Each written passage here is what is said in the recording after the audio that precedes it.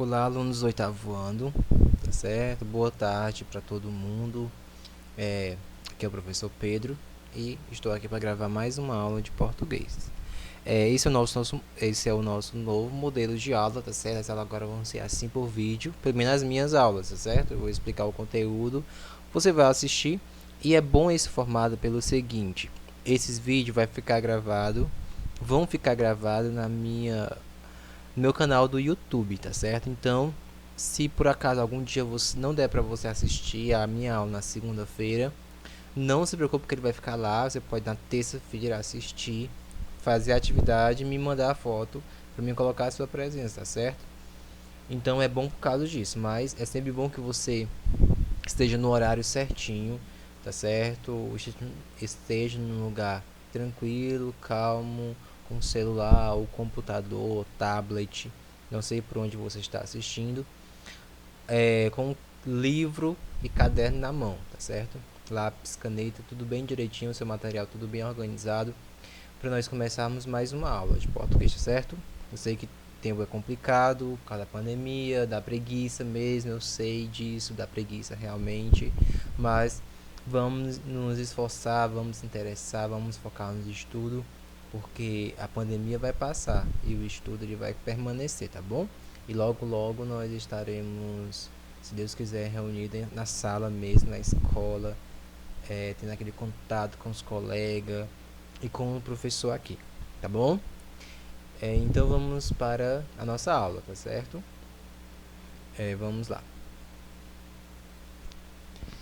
Então, hoje é segunda, dia 7 de agosto de 2020, tá certo? A aula de hoje vai estar no livro, você já abre o seu livro na página 134, que é como contra-argumentar, tá bom? Nós estamos estudando esse mês, essas últimas aulas, o debate regrado. Nós vimos dois debates, né?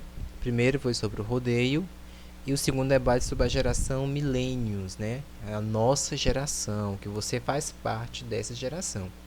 Então nós estudamos os dois debates sobre o rodeio, sobre os animais, foi falado, né, que machuca, tem uns que defendiam, outros eram contra. Depois nós vimos a geração millennials, que todos os pontos de vista eram a favor e defendia, né, essa nova geração. E hoje nós vamos ver como contra-argumentar, tá certo? Sabemos que temos que ter argumentos.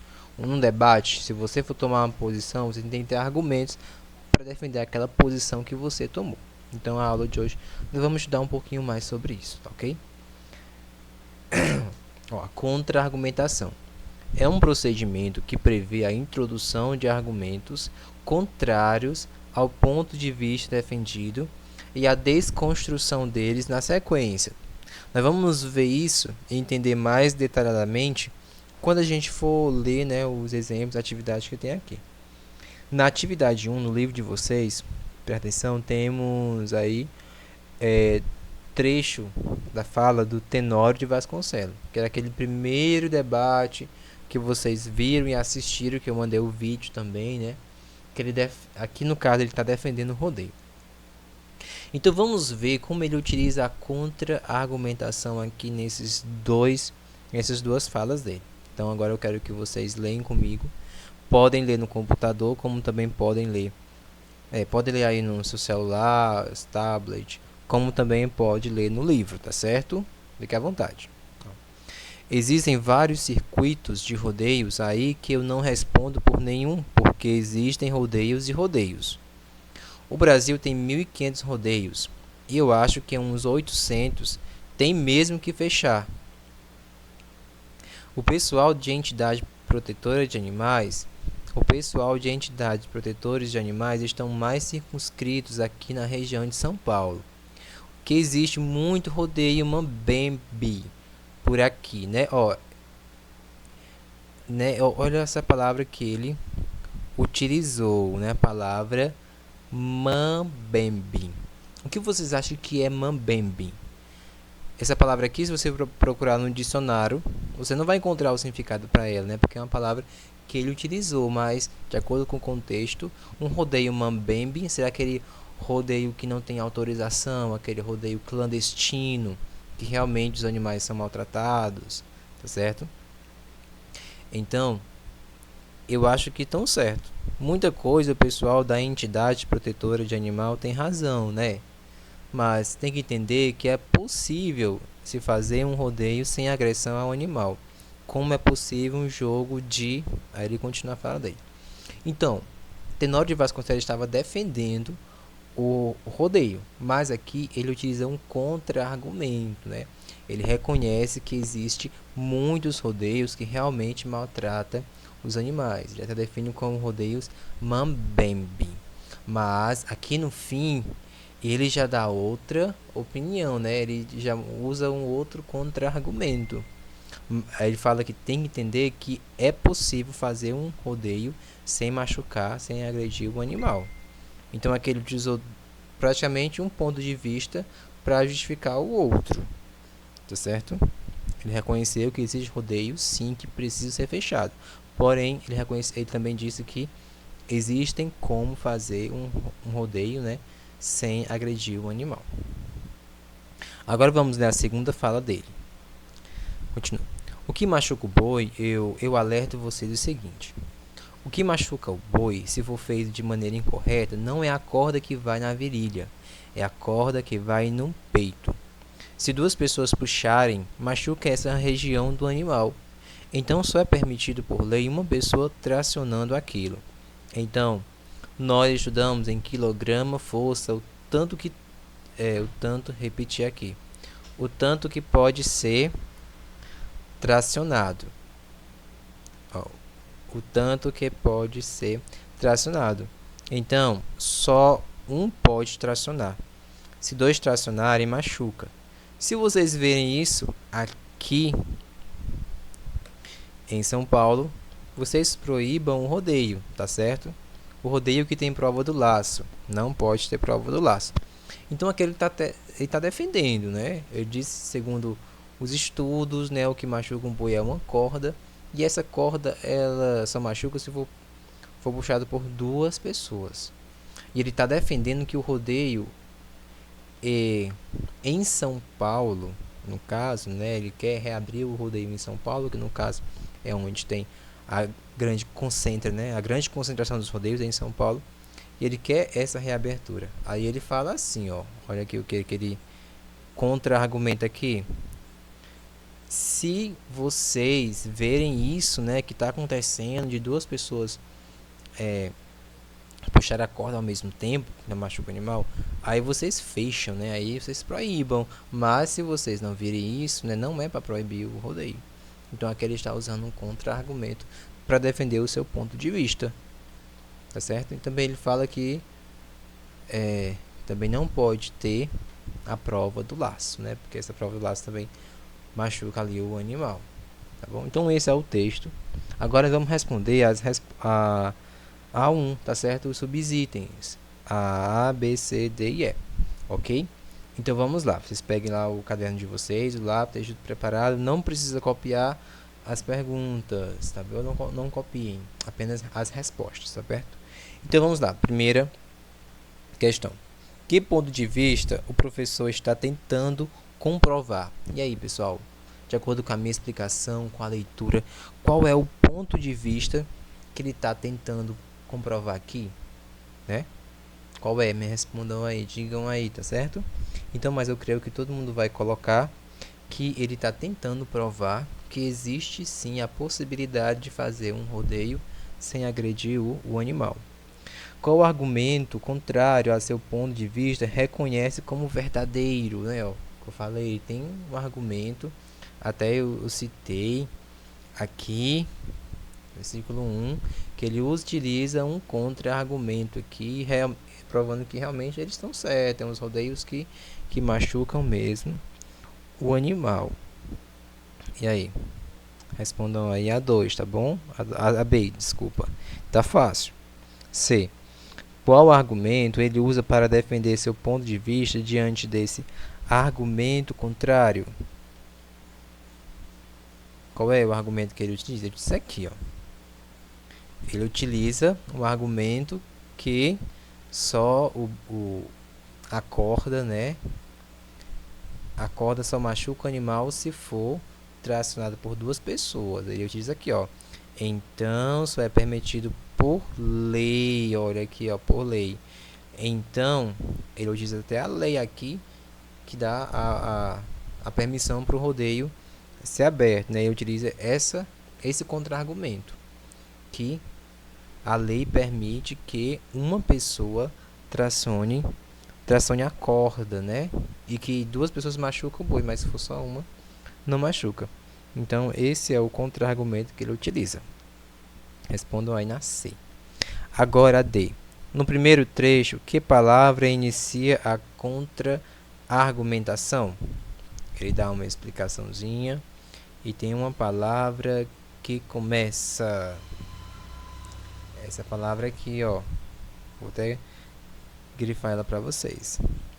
A palavrinha mas, tá certo?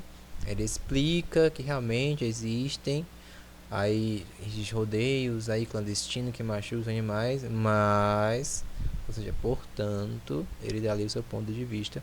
É possível sim fazer um rodeio sem machucar o animal.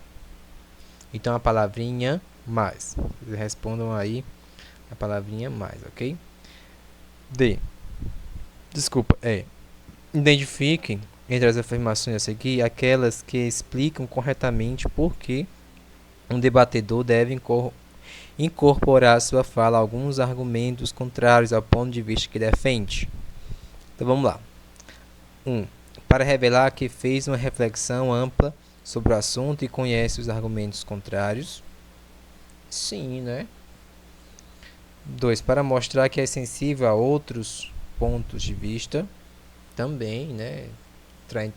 Tá vendo o seu lado, mas também tá vendo o lado da outra pessoa.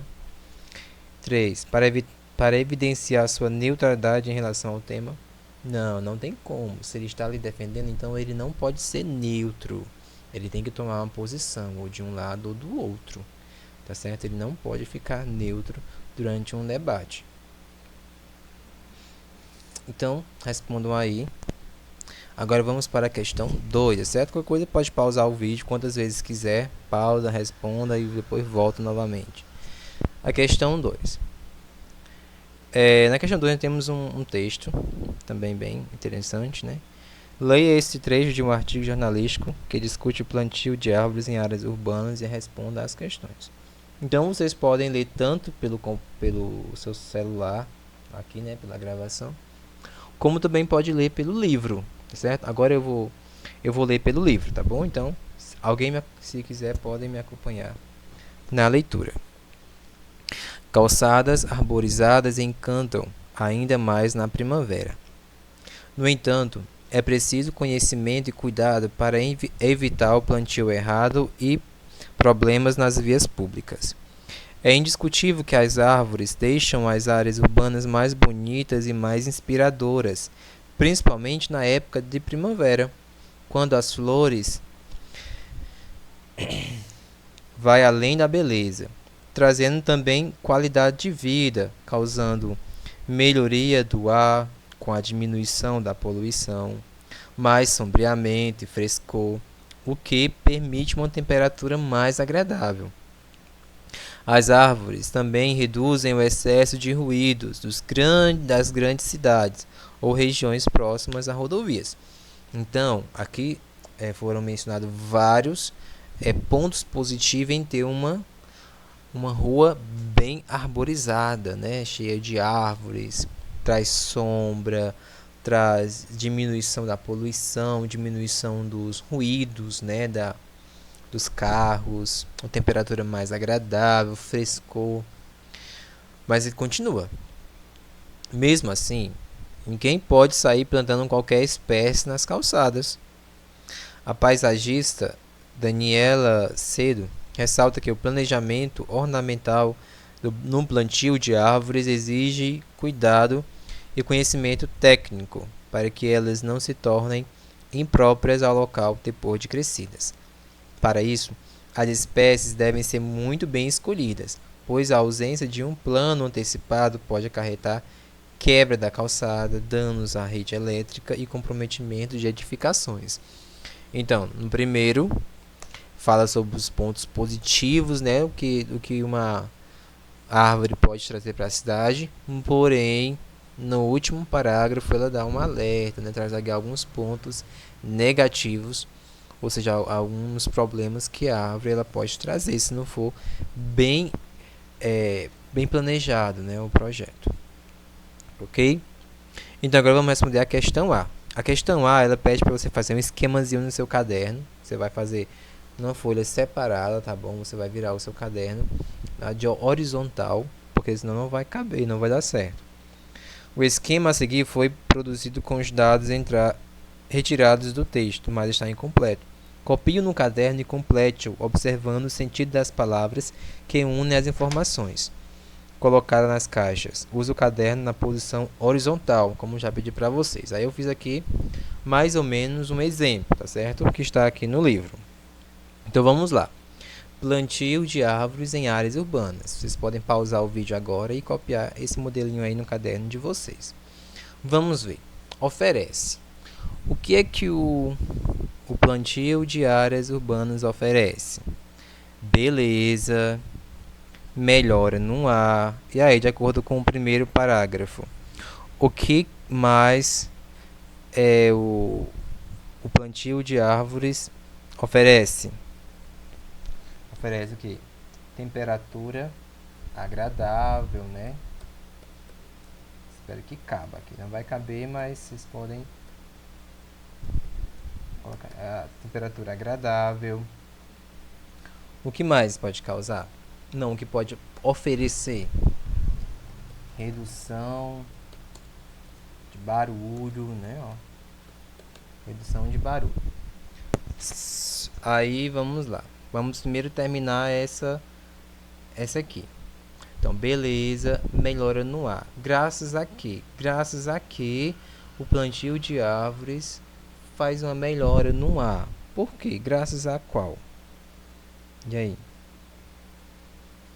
Graças à diminuição da poluição, né? As árvores, elas agem de certa maneira como um filtro, né? Que filtra a poluição. Então, beleza, melhora no ar, graças à diminuição da poluição. Temperatura agradável, graças a quê? Porque traz uma temperatura mais agradável. Graças ao que, hein?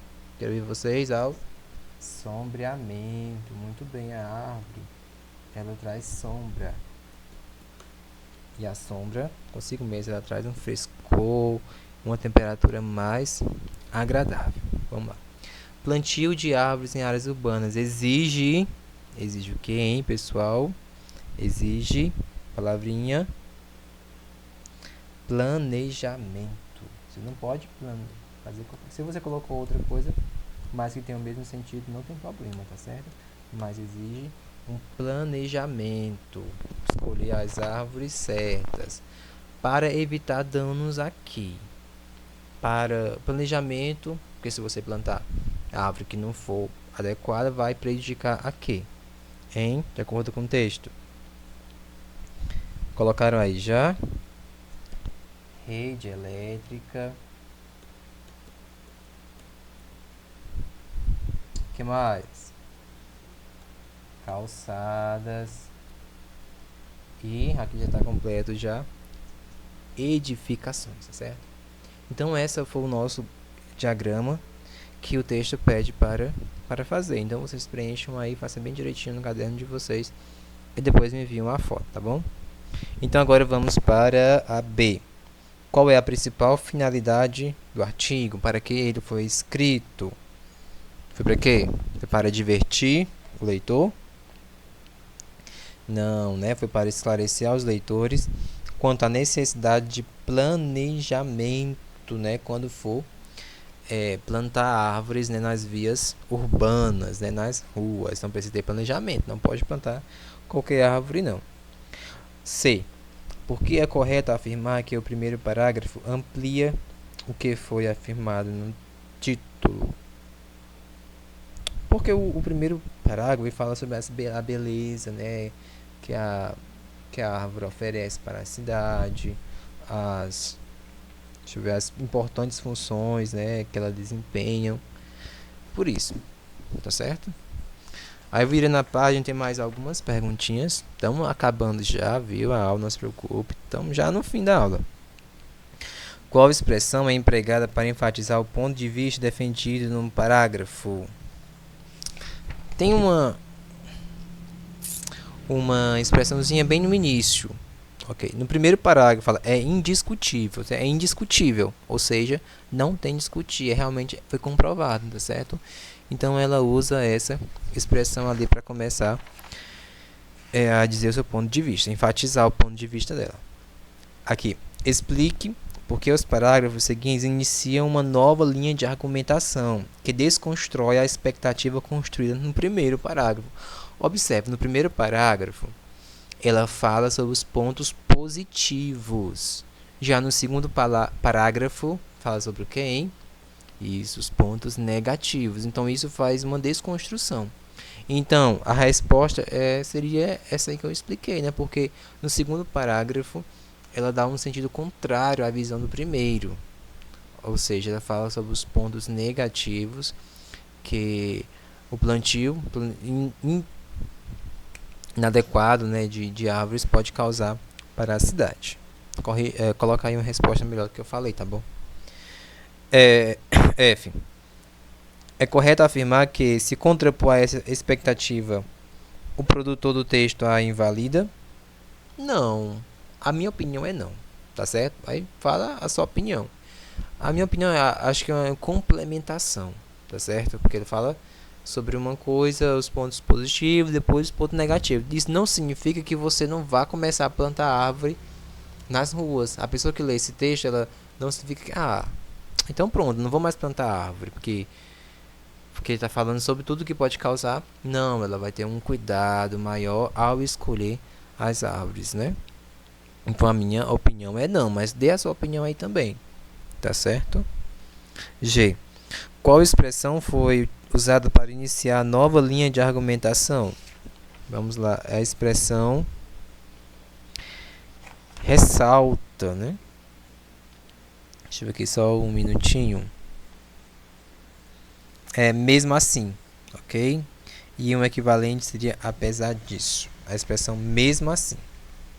H. Explique por que a linha fina funciona em relação ao título, da mesma maneira que os parágrafos segundo e terceiro funciona em relação ao primeiro. Então a linha fina, no entanto, é preciso conhecimento e cuidado para evitar o plantio errado e problemas nas vias públicas. Então é tipo um alerta, tá certo? Calçadas arborizadas encantam, ainda mais na primavera. Portanto, ou seja, tem que ter um planejamento adequado. Então, é um contra-argumento, tá certo? Como se fosse tipo para você tomar cuidado. J. Produza um único período com um resumo das ideias centrais do texto. Inicie com embora ou apesar de. Então vocês vão fazer somente um resumo, tá bom? Um período. Aqui no livro está pedindo para você começar com embora ou apesar de. Então você começa assim, ó. Embora as árvores tragam, as árvores deixam a cidade mais bonita, deixa com um clima mais agradável, tá certo? Aí você começa a desenvolver, tem que haver um planejamento e começa o resumo do texto que você leu, tá bom? Que nós lemos. Agora, faça a atividade bem direitinho, qualquer dúvida, é só me perguntar no WhatsApp que eu vou tirar ela para vocês, tá ok? Então, pessoal, essa foi a nossa aula de hoje, ok? Então, assista quantas vezes vocês quiserem, tá certo? Faz a atividade, depois me encaminhe. Beijos, tchau, tchau.